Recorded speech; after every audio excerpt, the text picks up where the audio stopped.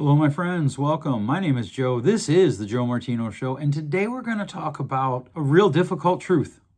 Life is hard. It often kicks you in the gut. It often goes the way we don't want it to, and often we can feel like quitting. I want to talk about 5 action steps we can take today that will help us keep moving and bring change to our lives and bring growth. Let's kick it off. This is the Joe Martino Show. All right. Hello, friends. Welcome back. I hope your day is going well. Wherever you're at, I hope the day is great. I hope you're having a good week and a good year. Listen, by the time this podcast goes up, this episode, we're going to be in May. I can't believe that. We're going to be in the beginning of May. This should be the first episode for May. And, a lot of people get excited when spring comes. There's warm weather. There is sunshine. Just the other day, and we're not to May yet. This was in April. I was in bed and I was looking out the window, and I go to bed early, but not this early. It was still daylight out-ish, right? Like I could still see pretty well out the window.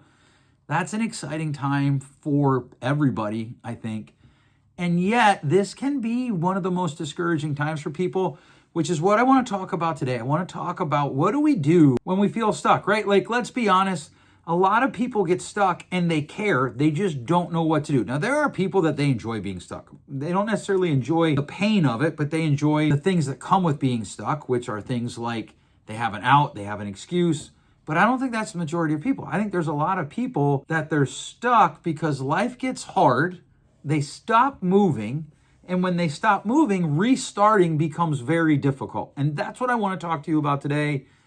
How do we keep moving when life is just kicking us? I think part of the problem is we tend to think that we need a clear vision to move forward. We need a clear vision to get back in the saddle. We need a clear vision to keep going. We need all this energy. Like we have to feel like we want to do it. And that rarely works. That rarely actually helps us get where we want to go. But we feel like, well, I have to have this clear energy. I have to have motivation. We just hyper fixate on motivation. I'm not motivated. I don't feel like it. I can't tell you how many times I hear people say that. And they're stuck. And I think the problem is a lot of times I'll ask clients, I'll be like, hey, I have a question for you. This is a serious question. What if your growth doesn't come after movement? What if your growth only comes because you moved? What if your chances of success only happen because you moved? And I think one of the things that we do is we tend to think that like I hate this question. Well, what would you do if you couldn't fail? To me, that's completely disingenuous because I can always fail. What would I do if it didn't matter if I failed? Because the actual test of failing or succeeding was my willingness to keep going. That's what I want to talk about today. How to keep going when life gets hard and heavy and it feels like you're walking through quicksand. And what to actually do when everything in you just wants to shut down. So if you're going through a divorce, if you've been through a divorce, if you're not seeing your kids as much as you would like, if you lost your job, if life just isn't going the way that you would like it to go, this episode is for you. And this is one of those episodes that, fortunately or unfortunately, I have a lot of amazing examples of what I'm going to be talking about today from clients, right? Like, and my life has had some challenges, certainly the last couple of years. I affectionately refer to it when I'm talking to my wife and my kids. There are things that we talk about that I'm like, yes, the troubles. And the troubled times. I have a men's group that I've talked to about that, like, the troubled times. But this isn't about me. It's about other people too. And I have one story of a guy I know who loses his job, has a messy divorce. Ex-wife is not very charitable in her characterization of their relationship, of her own ownership. One time was recording him while baiting him, and finally he reacted, and she says, got you. Like, that's a situation where, you feel really down. And so now he is a dad without a partner, 2 young kids, trying to manage life, working, trying to get help from his family, not getting help from his family, getting some help from his family that comes at a high cost of lectures and them barking at him, and working a job that he hates, not working a job that he had chosen, but a job that he hoped to be able to do so that he could navigate daycare and early school for his children. And it's not going well. He's not, a lot of extra driving, and some of you have been there. And then one day he starts making cards, like playing cards for his kids and on their sports team. Just like, it would be cool. Clearly has a love of photography. If you know him, he has a love of photography. So he starts taking pictures of his kids, and he starts to turn those into playing cards, which is pretty cool, right? Just, hey, these for you, and, not necessarily anything out of it. That starting of making trading cards of his children turns into a business. And if you don't know this, the trading card industry has come back. If you're in your 60s or 50s or 40s, you remember trading cards when we were kids. And then it all kind of died. There was a giant boom in the 90s, and then a lot of fraud happened in the trading card industry, and it changed, and it went away, and then it came back like a lot of things do. And now it's an industry, and his business that he started in his garage, maybe in his basement, but it's now, we went to his garage and then back to his house, is now a leader in the industry. He has a company partnership with a former NFL player. He has met famous famous musicians, and made them cards. He has contracts with them. He has contracts with big companies, and it's this company that's blowing up, and he actually probably has a lot of distress in his life, the good kind of like, hey, my company is this big, what do I do? But it all started at a really dark time in his life. It started because he kept moving. And now here's the thing, probably if you go back however many years and you're like, hey, what do you think is going to come from these cards that you're making for your children? He would not tell you, oh, you know what? I'm going to end up being the owner of a company that is a leader in this space, because he didn't have it all figured out. He didn't know for sure all the things that were going on. Maybe he thought, oh yeah, there's some potential here, but I doubt. I've talked to him quite a few times. I doubt he was like, oh yeah, you know what? Someday I'm going to make trading cards for some of the greatest musicians of our current day. I don't think he thought that, because he didn't have it all figured out. He didn't necessarily feel completely ready. I guarantee you he didn't feel strong, but he moved forward anyway with an idea. And one of the things that I often tell people is, look, sometimes the thing that actually moves you forward, sometimes the thing that actually pushes you into healing isn't the thing that you think. It's not the steps that you think. Not that those aren't important. But sometimes the thing that moves you into healing is actually you just start something and see where it goes. And here's the thing I love about this story. Change didn't happen because suddenly everything was right. It didn't happen because suddenly his ex-wife stopped gossiping about him and telling hogwash stories about him. It didn't happen because everything worked out with his job, because that didn't work. It didn't happen because suddenly he had people that could help him move his kids around from daycare to school, right, and all the pickup stuff and drop off stuff that you have to do with little kids. It happened because he moved. It happened because he took something internally and worked outward with it. And most of the time what happens, why I see people get stuck, is we wait for the outside thing to change before we move forward. We wait for that person to apologize. We wait for that job offer to come in. We wait till somebody tells us about a job that sounds like a slam dunk, even if we don't like it. We wait until we're sure we're going to succeed, or we feel like we have a high probability of success, rather than just stepping out and doing something and saying, I wonder where this will take me, and I wonder how much energy I can give it. We focus externally rather than internally. And that's where we often get stuck, because in life, literally nothing changes until you move, because movement is change. I want to say that again. Movement is change. When you create movement, you create change in your life. Mike Tomlin, I love quoting this from him. He always, I don't know if he still says it, but there's a lot of videos of him when he was a coach saying that commitment creates capability, not capability creating commitment. And here's the thing. I often think of my friend that I'm telling you about. I probably couldn't do that industry. I probably couldn't run a trading card business because I'm not as creative as he is. But if I were committed to it, I could find the people that were, or I could learn the skills, right? There are ways around it. There's movement towards it. And this is not an episode where like, oh, you can do anything you put your mind to.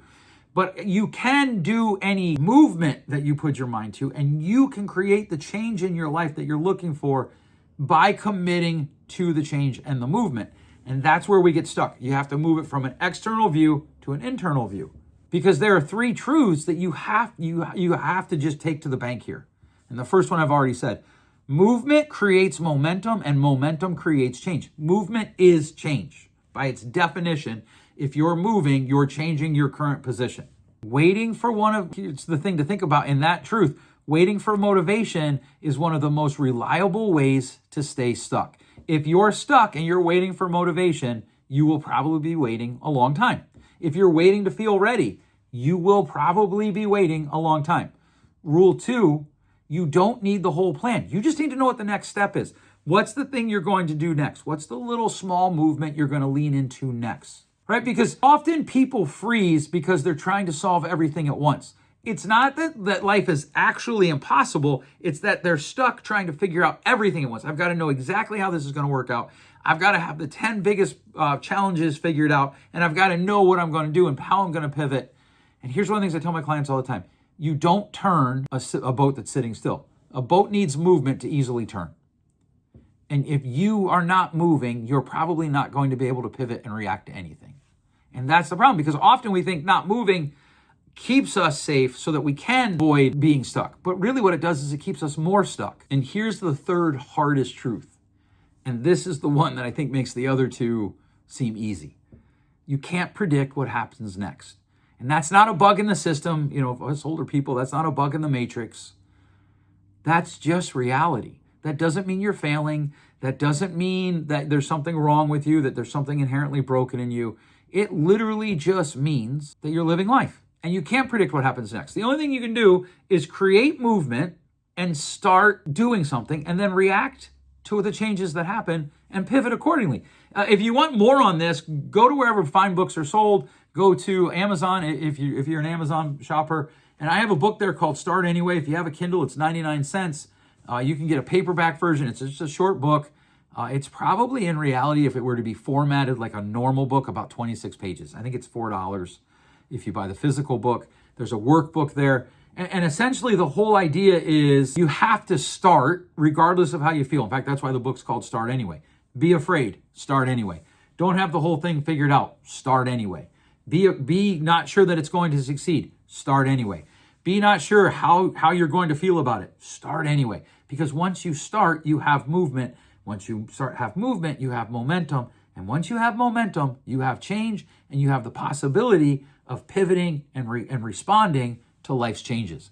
And that's what we're looking for. We're looking for this opportunity to respond, not react, to life's changes. Because what we're looking for here is really simple. Just move. In fact, I almost called the book that. Instead of Start Anyway, I almost titled it Just Move, but it didn't test well in A/B testing. But I love that title because it's just move. It's just move. You want to learn a new language? Just move. Well, but my sister-in-law was making fun of my idea. Who cares? You want to redo your basement? Do it. Do it yourself if you want. Well, but my husband, my wife, who cares? Just move anyway.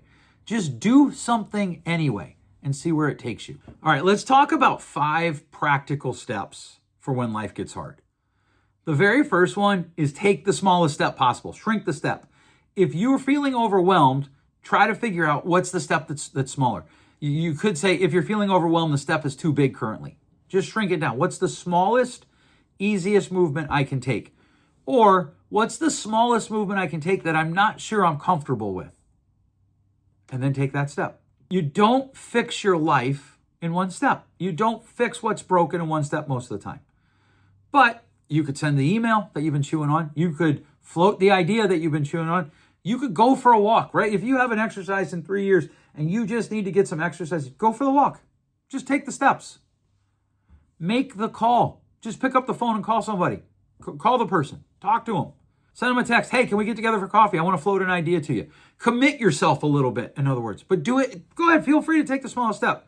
Step 2, set a floor, not a ceiling. In other words, here's the minimum that I want to get done today. Here's the minimum that I want to achieve today. Here's the minimum that I want to achieve in the next week. Minimum standard. Feel free. Like sometimes we're like, oh, I'm gonna work out 5 days a week, or I've got to get healthy, so I'm gonna work out 7 days a week, 2 hours. Okay, so you have 14 hours in your week that you're just not doing anything. Maybe you do, but realistically, a better goal would be, you know what? I'm going to work out a minimum of 3 times this week for an hour. That'd be 3 more hours than you worked out the last 3 years combined.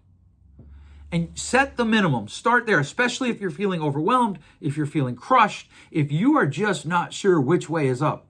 Just pick one thing. I'm going to do this bare minimum thing this week. Okay, number 3, separate your feelings from your decisions. And if you know me, you know that I think one of the places that we have gone sideways in modern therapy, one of the areas where I feel like we have just lost our way, is we have taken validation of feelings to this giant thing where if you feel it, it's true. We've taken it to this place where if you feel it, it's automatically true. And that's insanity to me. My brother quotes that. He's like, oh, she would say that's insanity. So I guess I say that a lot more than I think, right? But when you have to feel good to act, you are in trouble.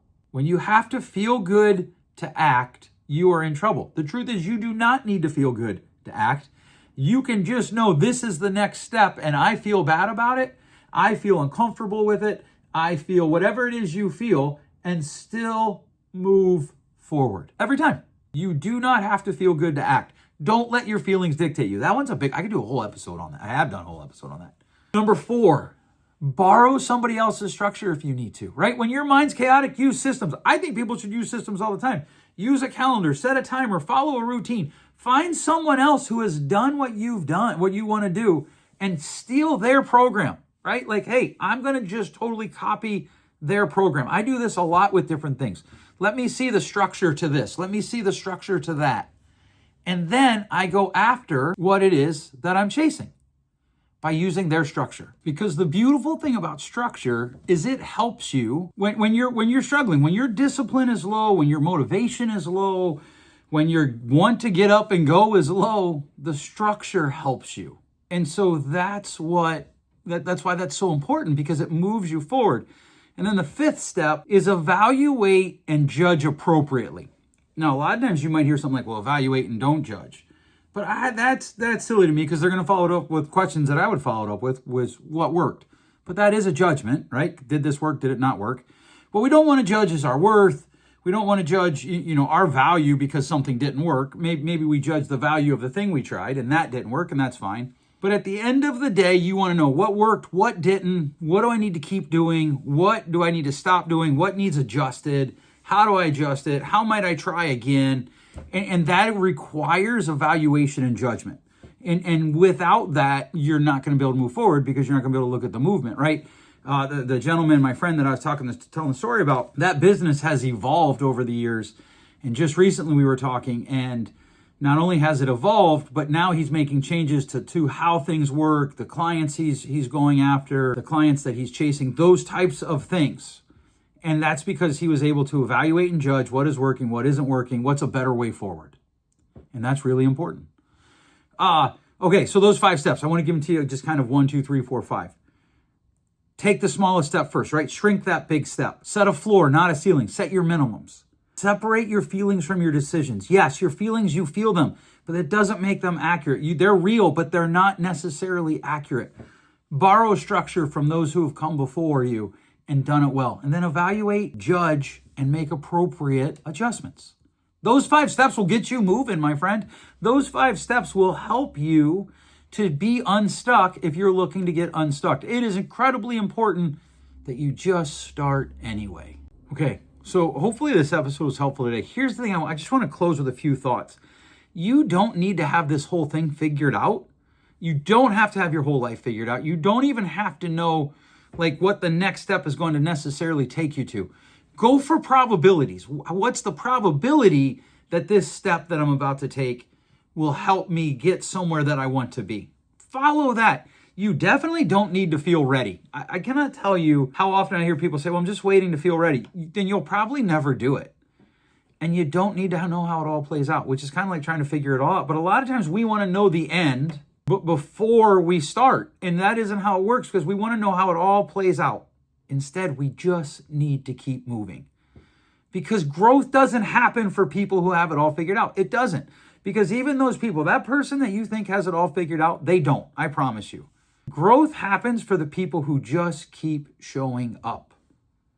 And I promise you, that's true for even the people that you think are they always know what's going to happen. They're always moving forward.